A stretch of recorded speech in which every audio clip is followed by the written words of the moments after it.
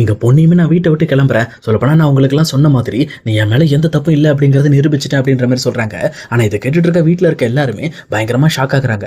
அப்ப கரெக்டா இங்க பவானி இருந்துகிட்டு, இங்க பாரு பொன்னி, நீ இந்த வீட்டை விட்டுலாம் போக வேண்டாம். நீ சொன்ன மாதிரி இந்த உன் மேல எந்த தப்பு இல்ல அப்படிங்கறத நிரூபிச்சுட்ட. அது மட்டும் இல்லாம இந்த வீட்டுக்குள்ள தப்பு பண்ணிட்டு சுத்திட்டு இருந்த எல்லாத்தையுமே நீ எங்களுக்கு தெரியப்படுத்திருக்க. இதுவே போதும். ஆனா நீ எங்களை விட்டு பிரியக்கூடாது அப்படின்ற மாதிரி பவானி ஒரு பக்கம் சொல்லிட்டு இருக்காங்க. அதே நேரம் இன்னொரு பக்கம் எங்க சக்தியுமே, இங்க பாரு பொன்னி, நீ மட்டும் என்னை விட்டு போனா என்னால வாழ முடியாது. நான் உனக்காக தான் காத்துக்கிட்டு இருக்கேன். நீ எதுக்காக என்ன விட்டுட்டு போகணும்னு நினைக்கிற அப்படின்ற மாதிரி இங்க பொன்னிக்கிட்ட அவருமே வந்து ரொம்பவே கெஞ்சு கூத்தாடிக்கிட்டு இருக்காரு. ஆனா பொன்னியுமே, ஓ இப்பதான் நான் உங்களுக்கு கண்ணுக்கெல்லாம் தெரியுதுன்னா, சொல்ல போனா இவ்வளவு நாளா நான் தப்பு பண்ணவ, நான் ஒரு கெட்டவ, உங்க எல்லாரோட வாழ்க்கையும் கெடுக்க வந்தவன்னு சொல்லி என்னை எவ்வளவு அவமானப்படுத்துறீங்க. ஆனா நான் அதை எதையுமே மனசுல வச்சுக்காம நான் உங்களுக்கு நல்லதை மட்டும் தான் செஞ்சுட்டு இருந்தேன். ஆனா நீங்க தான் என்ன புரிஞ்சுக்காம எப்பவும் போல என்ன ரொம்பவே கஷ்டப்படுத்திட்டீங்க.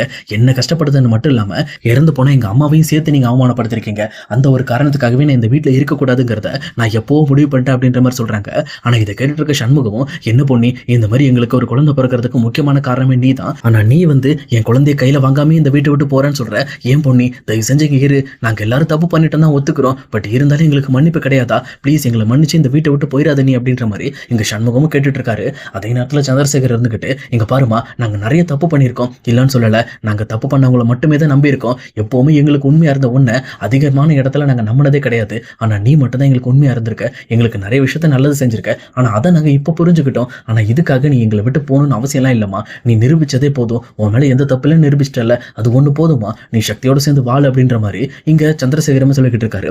ஆனா பொன்னியுமே, என்ன மன்னிச்சிருங்க மாமா, இதுக்கு மேல என்னோட முடிவை மாத்திக்க முடியாது. நான் ஒரு டைம் முடிவு பண்ணிட்டேன்னா என்னோட பேச்சு அதுக்கப்புறம் நானே கேட்க மாட்டேன். நான் இப்ப சொன்ன மாதிரி இந்த வீட்டை விட்டு வெளியில போறதா நல்லதுன்னு சொல்லிட்டு பொன்னியுமே தன்னோட பேக் எடுக்கிறதுக்காக மாட்டிக்க போறாங்க. அப்ப இதை பார்த்துட்டு இருக்கிற சிவானி பாப்பாவுமே, பொன்னியத்தை எதுக்காகத்தான் என்னை விட்டு போறீங்க? நீங்களும் போறீங்களா? டாடி தான் எனக்கு துரோகம் பண்ணிட்டாரு, அவர் இங்க இருந்து போறாரு, நீங்க ஏன் போறீங்க அப்படின்னு சொல்லி கேட்கறாங்க. அப்போ பொன்னியுமே, இங்க பாருமா, நான் கொஞ்ச நாள்ல திரும்பி வந்து உன்னை பார்ப்பேன். ஆனா இப்போ பொன்னியத்தை இந்த வீட்டை விட்டு போறது கரெக்டான விஷயமா? பொன்னியத்தை அப்படி தடுக்க கூடாதுன்னு நான் ஒரு முக்கியமான வேலைக்காக போறேன் அப்படின்ற மாதிரி அவங்களுமே சிவானி பாப்பாவை ஒரு வழியா சமாளிச்சுட்டு அங்கிருந்து வெளியில கிளம்புறாங்க. ஆனா இங்க பொன்னியுமே பேக் எடுத்துட்டு வீட்டை விட்டு வெளியில போகும்போது, இங்க பாரு பொன்னி, தயவு செஞ்சு போயிடாது அப்படின்னு சொல்லி வீட்டுல இருக்க எல்லாருமே கூப்பிட்டுக்கிட்டு இருக்காங்க. ஆனா பொன்னி எந்த ஒரு விஷயத்தையும் காதுல வாங்காம அங்கிருந்து அவங்களும் வெளியில போயிடுறாங்க. அதே நேரம் எங்க வீட்டுக்குள்ள இருக்க எல்லாருமே என்ன பண்றதுனே தெரியாம ரொம்பவே மிரண்டு போயிட்டு இருக்காங்க. அப்போ பொன்னி வெளியில போகவும் எங்க சக்தி அவங்க பின்னாடியே போயிட்டு, பொன்னி தயவு செஞ்சு என் பேச்சு கேளு அப்படின்ற மாதிரி எங்க பொண்ணு கிட்ட பேச ஆரம்பிக்கிறாங்க. ஆனா அதே நேரத்துல இங்க யாருமே எதிர்பார்க்காத மாதிரி எங்க பொன்னி மேல எல்லா தப்பையும் போட்டு பொன்னியை ரொம்பவே கஷ்டப்படுத்துன ஜெயாவுமே, நம்ம ரொம்ப பெரிய தப்பு பண்ணிட்டோம், இவ்வளவு நாளா நம்ம வீட்டுல நம்ம கூட இருக்கவங்களே தப்பு பண்ணிருக்காங்க, இது எதுவுமே தெரிஞ்சுக்காம நான் இப்ப எல்லா பழியும் பொன்னி மேல போட்டு பொன்னியை ரொம்பவே கஷ்டப்படுத்திருக்கேன். நான் சொல்ல போனா அவங்க அம்மா எனக்கு பண்ண ஒரு துரோகத்துக்காக பொன்னியை ரொம்பவே கடுமையா நான் சோதிச்சிருக்கேன் அப்படின்ற மாதிரி எங்க ஜெயாவும் தான் மனசுக்குள்ள யோசிச்சு பார்த்து அந்த விஷயத்த ப்ரெஷரை அவங்களால ஹேண்டில் பண்ண முடியாம டக்குன்னு அவங்களுக்கு ஹார்ட் அட்டாக் வருது.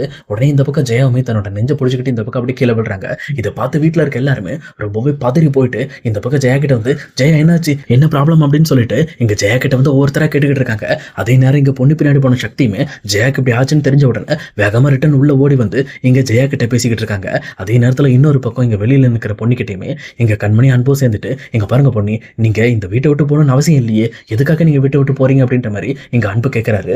அப்போ இங்க பொண்ணு இருந்துகிட்டு, இல்ல நான் ஆல்ரெடி சொல்லிட்டேன், நான் சொன்னதை செஞ்சாதான் சரியா இருக்கும். அது மட்டும் இல்லாம எனக்கு சக்தியோட சேர்ந்து வாழ விருப்பம் இல்லை, நான் கொஞ்ச நாள் கழிச்சு என்னோட சொந்த ஊருக்கே போயிடலான் இருக்கேன் அப்படின்ற மாதிரி பேசிட்டு இருக்காங்க. அப்ப கண்மணி இருந்துகிட்டு, இங்க பாருங்க பொண்ணி, நீங்க வேற எங்கேயும் போக வேண்டாம், எங்க வீட்டுக்கு வாங்க, கொஞ்ச நாள் அங்க இருந்துட்டு அதுக்கப்புறம் நீங்க உங்க சொந்த ஊருக்கு போங்க அப்படின்ற மாதிரி இங்க கண்மணி அன்பு சேர்ந்துட்டு அவங்களோட வீட்டுக்கு இங்க பொண்ணியை கூட்டிட்டு போயிட்டு இருக்காங்க.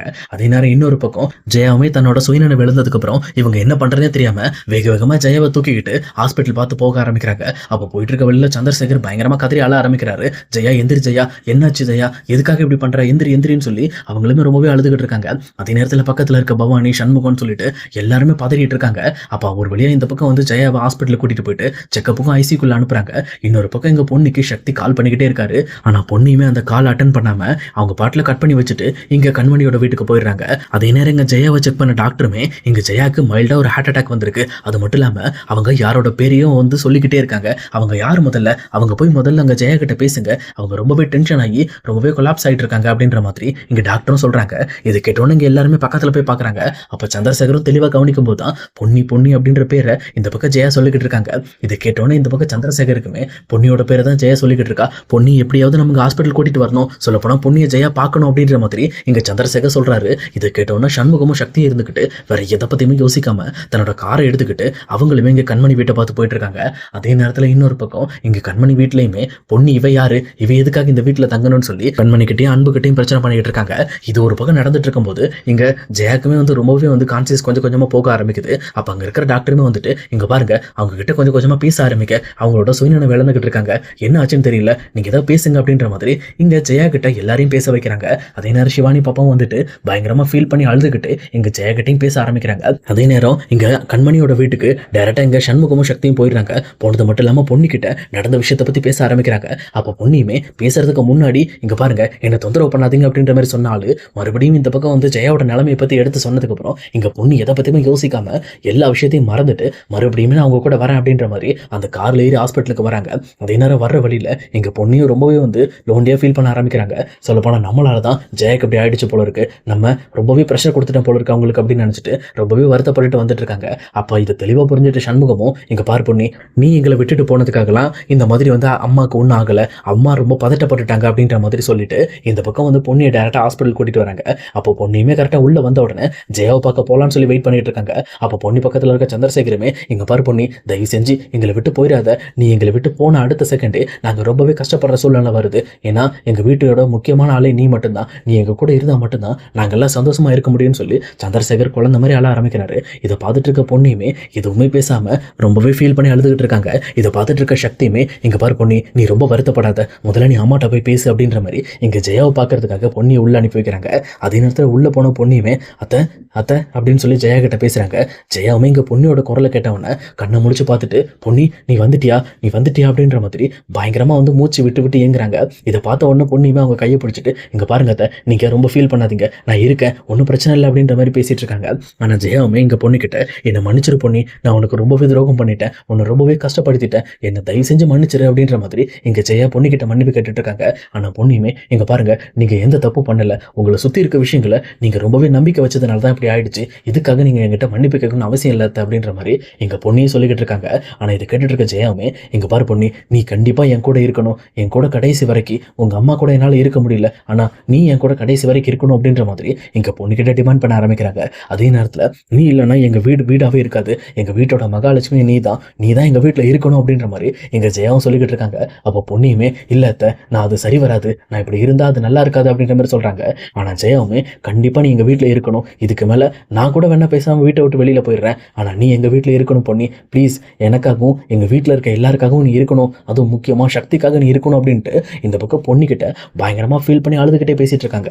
இது கிட்ட பொண்ணியுமே என்ன பேசுறதுனே தெரியாம அப்படியே கண்ணுல இருந்து தண்ணியா ஊத்திக்கிட்டு இருக்கு. அப்ப சந்திரசேகர் பக்கம் இங்க பாருமா, இதுக்கு மேல எந்த ஒரு அசம்பதமும் நடக்காது, நீ தயவு செஞ்சு எங்க கூட இருந்துருமா, எங்களை விட்டு மட்டும் போயிடாது அப்படின்னு சொல்லி இவங்களுமே பொண்ணு கிட்ட கேட்டுட்டு இருக்காங்க. இது கிட்ட பொண்ணியுமே ஒரு வழியா சரி நான் உங்க கூட இருக்கேன் அப்படின்ற மாதிரி அவங்களுமே தன்னோட சம்மதத்தை தெரிவிக்கிறாங்க. அதுக்கப்புறம் தான் எங்க ஜெயாக்கும் சந்திரசேகருக்கும் ரொம்பவே நிம்மதியா இருக்கு. இன்னொரு பக்கம் இதை பார்த்துட்டு இருக்க சிவானி பாப்பாக்கும் செம்ம ஹாப்பி ஆயிடுறாங்க. பொண்ணியத்தை இனிமேல் என் கூட இருப்பாங்க அப்படின்னு சொல்லிட்டு அவங்களுமே சந்தோஷமா கொண்டாடிக்கிட்டு இருக்காங்க.